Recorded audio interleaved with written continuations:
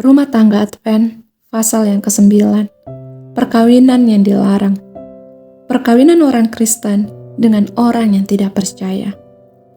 Dalam dunia Kristen terdapat sikap tidak peduli yang mengherankan dan mengkhawatirkan terhadap firman Allah tentang perkawinan orang-orang Kristen dengan orang-orang yang tidak beriman.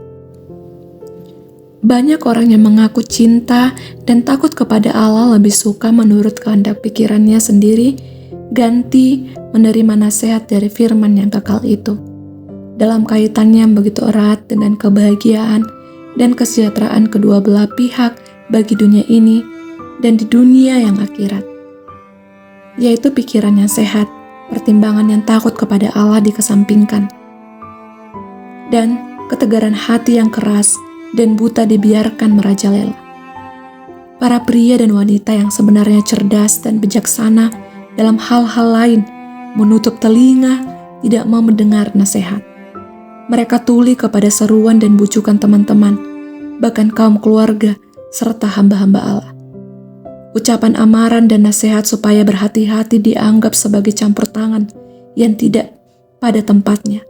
Dan sahabat yang cukup setia mengucapkan larangan dipandang sebagai musuh. Kesemuanya ini adalah menurut kehendak setan. Ia menjalinkan mantranya sekeliling jiwa itu, yang kemudian kena guna-guna dan digilakan. Pikiran sehat menyatukan penguasaan atas penahanan diri, atas hawa nafsu. Nafsu yang tidak terpuaskan menggoncangkan pendirian. Kalau korban menyadari bahwa dia telah terbawa kepada suatu kemelaratan dan perhambaan, ini bukanlah suatu gambaran yang dilukiskan oleh angan-angan hati saja, melainkan ucapan kenyataan.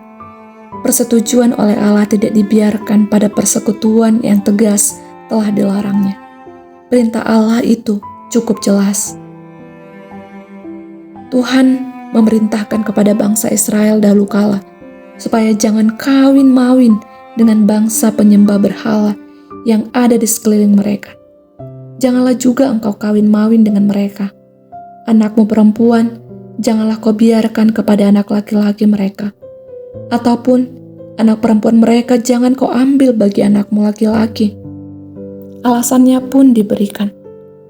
Hikmat kekal melihat hasil perhubungan yang demikian berkata, sebab mereka akan membuat anakmu laki-laki menyimpang daripadaku, sehingga mereka beribadah kepada Allah lain.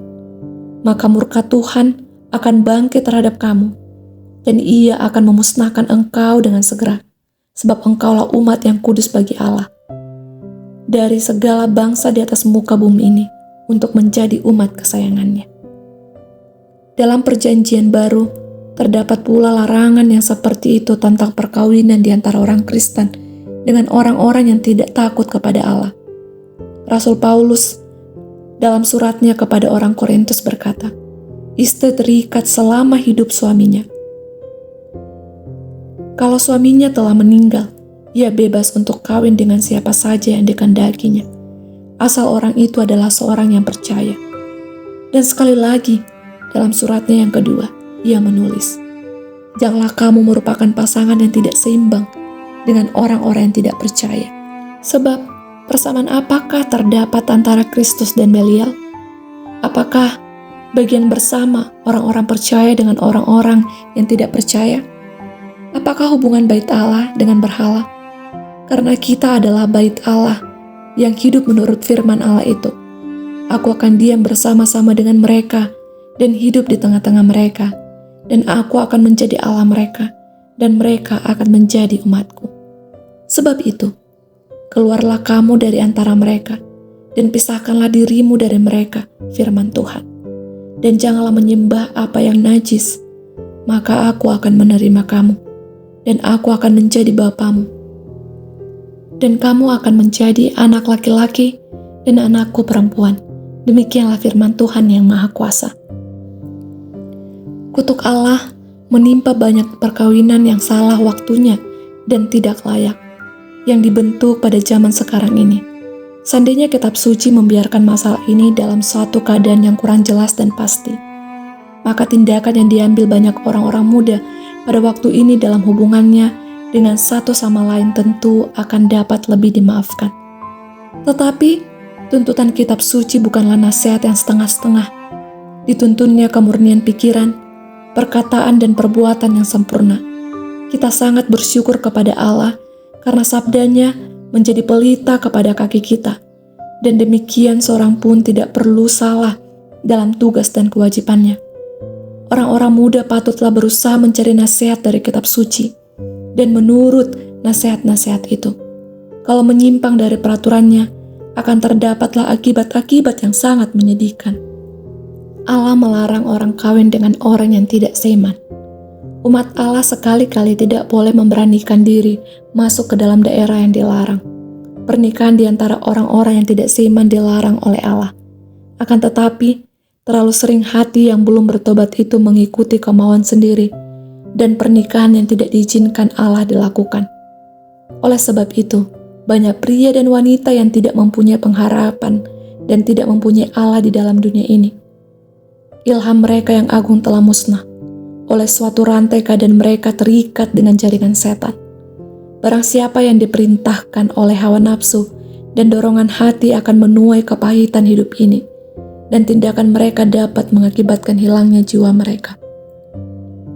Orang-orang yang mengakui kebenaran menginjak-injak kehendak Allah dalam perkawinan dengan orang yang tidak seiman. Mereka kehilangan keridlaannya dan mengadakan pekerjaan yang pahit untuk pertobatan. Orang yang tidak seiman itu mungkin mempunyai tabiat alamnya yang sangat mulia, tetapi nyatanya bahwa ia belum memenuhi segala tuntutan Allah dan telah melalaikan keselamatan yang begitu besar. Ada cukup alasan mengapa perkawinan yang demikian tidak perlu diteruskan. Tabiat yang tidak seiman itu mungkin sama dengan tabiat orang muda yang satu kali Tuhan Yesus pernah berkata, "Hanya satu lagi kekuranganmu, perkara yang satu itulah yang sangat diperlukan." Teladan Salomo. Orang-orang miskin yang tidak dikenal, yang hidupnya akan diterima Allah dan dipergunakan dengan sebaik-baiknya untuk kebajikan dalam dunia dan kemuliaan di dalam surga. Tetapi, setan selalu bekerja keras untuk menghalangi maksud-maksud Allah dan menyeret mereka itu ke dalam pendurhakaan oleh perkawinan dengan orang-orang yang tabiatnya begitu rupa, sehingga mereka melemparkan dirinya kepada persimpangan jalan kehidupan. Hanya sedikit orang yang dapat menang keluar dari kekalutan kehidupan ini. Setan tahu akibat-akibat yang akan menyertai penurutan, maka ketika permulaan permintaan Raja Salomo tahun-tahun kemuliaan karena hikmat, kecakapan dan kejujuran baginda, ia berusaha hendak memasukkan pengaruh-pengaruh yang akan merongrong dengan diam-diam kesetiaan Salomo kepada prinsip dan menyebabkan dia berpisah dari Allah. Maka berhasilnya usaha dalam perkara ini kita ketahui dari perkataan, lalu Salomo menjadi menantu Firaun, Raja Mesir. Ia mengambil anak Firaun dan membawanya ke kota Daud dalam mengadakan persekutuan dengan bangsa kafir dan memeteraikan perjanjian itu oleh perkawinan dengan seorang putri raja yang menyembah berhala. Dengan tidak berpikir panjang, Salomo tidak mengindahkan peraturan yang bijaksana yang telah ditetapkan Allah untuk memelihara kesucian umatnya. Pengharapan bahwa istri orang Mesir itu kelak akan bertobat hanyalah satu maaf yang tidak berarti bagi dosa itu. Dalam melanggar perintah yang begitu jelas, supaya terpisah dari bangsa-bangsa lain, Raja Salomo mempersatukan kekuatannya dengan tangan yang fana. Dalam kemurahannya yang penuh belas kasihan, Allah mengatasi kesalahan yang ngeri itu untuk seketika lamanya. Istri Salomo telah bertobat, maka oleh tindakan yang bijaksana, Raja Salomo mungkin dapat berbuat banyak untuk menghentikan segala kekuatan jahat yang telah digerakkan oleh tindakannya yang kurang bijaksana itu. Tetapi Salomo mulai kehilangan pandangan tentang sumber kuasa dan kemuliaannya. Kecenderungan hati menguasai pikiran yang sehat, sementara kepercayaan diri sendiri bertambah. Ia berusaha menjalankan maksud Allah dengan caranya sendiri. Sama seperti Salomo, banyak orang yang mengaku Kristen berpendapat, boleh saja mereka bersatu dengan orang-orang yang tidak beribadat karena pengaruh mereka terhadap orang yang bersalah itu akan besar gunanya, namun terlalu sering kalah dan terjerat. Mereka sendiri kalah, lalu mengorbankan imannya yang kudus, mengorbankan ketulusan hati, dan memisahkan diri dari Allah. Satu langkah yang salah menuntun ke arah lain. Akhirnya, mereka menempatkan diri tanpa ada pengharapan untuk mematahkan rantai yang telah mengikat mereka itu. Dalih, ia suka kepada agama. Seringkali orang-orang yang tidak percaya itu memberi dalih. Ia suka kepada agama dan mau memenuhi segala syarat yang dituntut oleh seorang teman, kecuali satu perkara ialah ia bukannya orang Kristen. Meskipun pertimbangan sehat dari orang yang percaya memberi kesan bahwa tidak layak hubungan seumur hidup dengan seorang yang tidak seiman. Namun, dalam 9 di antara 10 orang, kecenderungan hatilah yang menang. Kemerosotan kerohanian dimulai pada saat diucapkan sumpah perkawinan di hadapan mezbah. Kekuatan agama jadi suram dan benteng-benteng dirubuhkan satu persatu, sehingga keduanya berdiri sebelah menyebelah di bawah panji-panji hitam setan. Juga dalam pesta perkawinan itu, roh duniawi menang atas angan-angan hati, di atas iman dan kebenaran. Dalam rumah tangga yang baru itu, jam permintaan dua tidak ada, tidak dihormati lagi. Pengantin pria dan pengantin wanita telah memilih satu dengan yang lain dan menolak Yesus. Perubahan terjadi pada orang yang percaya. Pada mulanya orang tidak percaya itu mungkin tidak menunjukkan perlawanan dalam hubungan yang baru itu. Tetapi apabila tentang kebenaran kitab suci dihadapkan untuk diperhatikan dan dipertimbangkan, segera timbul suatu perasaan. Engkau telah kawin dengan saya. Ketahuilah bahwa aku yang dulu tetap sebagaimana aku sekarang. Saya tidak suka diganggu. Mulai sekarang, biarlah dimengerti bahwa percakapan tentang pandanganmu yang aneh itu harus dihentikan. Kalau orang yang percaya itu menyatakan suatu ketekunan oleh karena imannya, mungkin tampak seperti perbuatan yang tidak baik terhadap orang yang tidak mempunyai perhatian dalam kehidupan Kristen. Orang yang percaya itu berpendapat bahwa dalam hubungan yang baru ini, ia harus mengalah kepada teman hidupnya. Pergaulan sosial dan keduniawian dikunjungi. Pada mulanya ada suatu perasaan enggan yang besar dalam berbuat yang demikian. Tetapi perhatian kepada kebenaran semakin berkurang, dan kepercayaan digantikan dengan kebimbangan dan tidak percaya. Tidak seorang dapat menduga bahwa seorang yang dahulu imannya kokoh dan tulus serta pengikut Kristus yang tekun itu dapat menjadi seorang yang bimbang dan tidak tetap pendiriannya sebagaimana keadaannya yang sekarang. Aduh, perubahan yang dibuat oleh perkawinan yang tidak bijaksana itu adalah suatu hal yang sangat berbahaya untuk membentuk persekutuan dengan keduniawian. Setan mengetahui dengan baik bahwa pada saat disaksikan perkawinan, banyak anak muda, pria dan wanita, pada waktu itulah mereka menutup sejarah hidup peribadatan dan kegunaan mereka. Mereka hilang dari pemandangan Kristus. Untuk sesaat lamanya, mereka berusaha untuk menghidupkan kehidupan kekristenan, tetapi segala pergumulan mereka telah dibuat untuk melawan pengaruh yang tetap pada arah yang berlawanan. Pada suatu kali, mereka merasa suatu kesempatan dan kesukaan untuk membicarakan iman dan pengharapan mereka. Tetapi, mereka akhirnya tidak suka membicarakan hal itu, karena mengetahui bahwa orang dengan siapa ia mengikatkan nasibnya tidak mempunyai perhatian di dalamnya. Sebagai akibatnya, kepercayaan pada kebenaran yang indah itu menjadi lenyap dari dalam hatinya. Dan dengan liciknya, setan menjalin dengan satu jaringan ketidakpercayaan di sekeliling mereka itu. Mengambil resiko atas kegemaran surga. Berjalankah dua orang bersama jika mereka belum berjanji? Jika dua orang daripadamu di dunia ini sepakat meminta apapun juga, permintaan mereka itu akan dikabulkan oleh Bapakku yang di sorga. Tetapi, betapa anehnya pemandangan itu. Sementara satu dari antara mereka yang berhubungan dengan erat itu sibuk berbakti, sedang yang satu lagi tidak peduli dan lalai. Sementara yang satu sibuk mencari jalan kepada hidup yang kekal, yang lain di dalam jalan yang lebar menuju maut. Beratus-ratus orang telah mengorbankan Kristus dan surga sebagai akibat perkawinan dengan orang-orang yang tidak bertobat?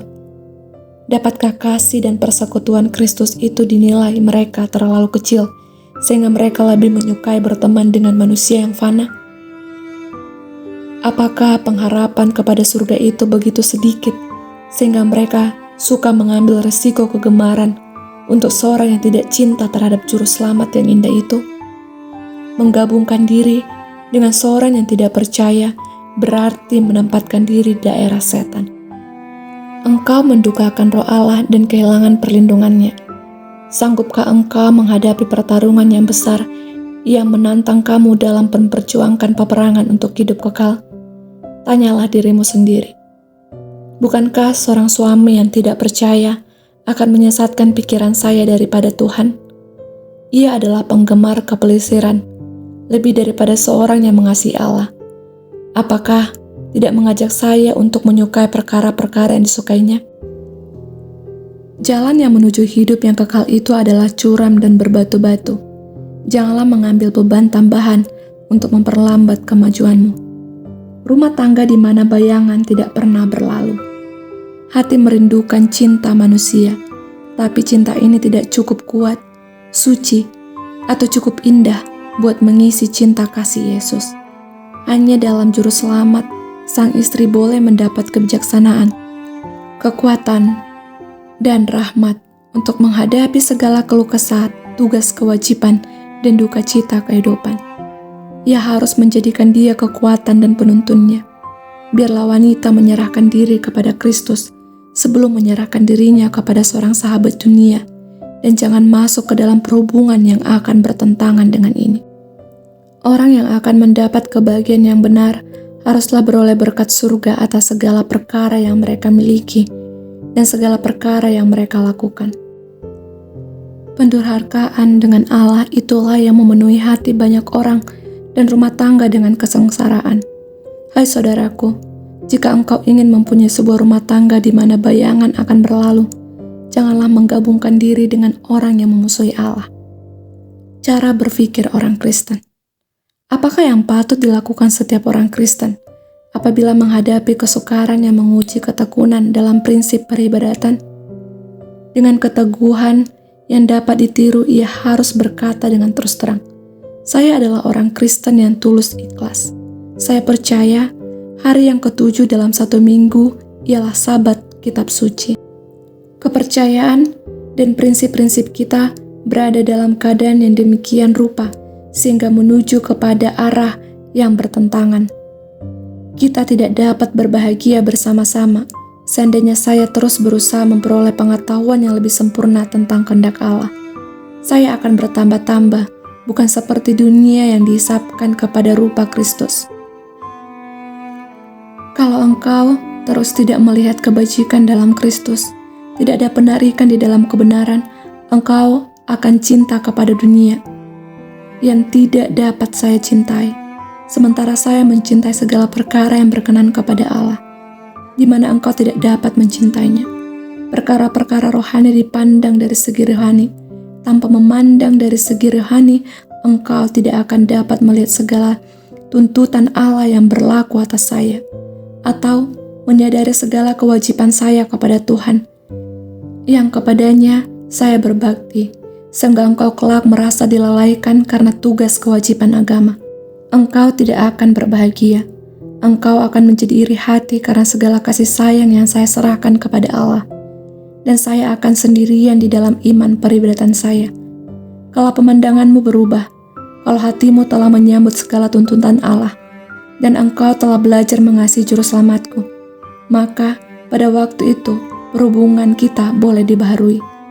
Dengan demikian, orang percaya itu mengadakan suatu korban bagi Kristus yang berkenan kepada hati nuraninya, dan ditunjukkan penilaian yang tinggi kepada kehidupan yang kekal, sehingga dia mau mengambil risiko untuk tidak kehilangan. Ia merasa bahwa ada lebih baik tidak kawin daripada menghubungkan kepentingannya untuk hidup dengan seorang yang memilih dunia gantinya Yesus, dan yang akan membawa jauh dari salib Kristus. Satu ikatan perkawinan yang selamat.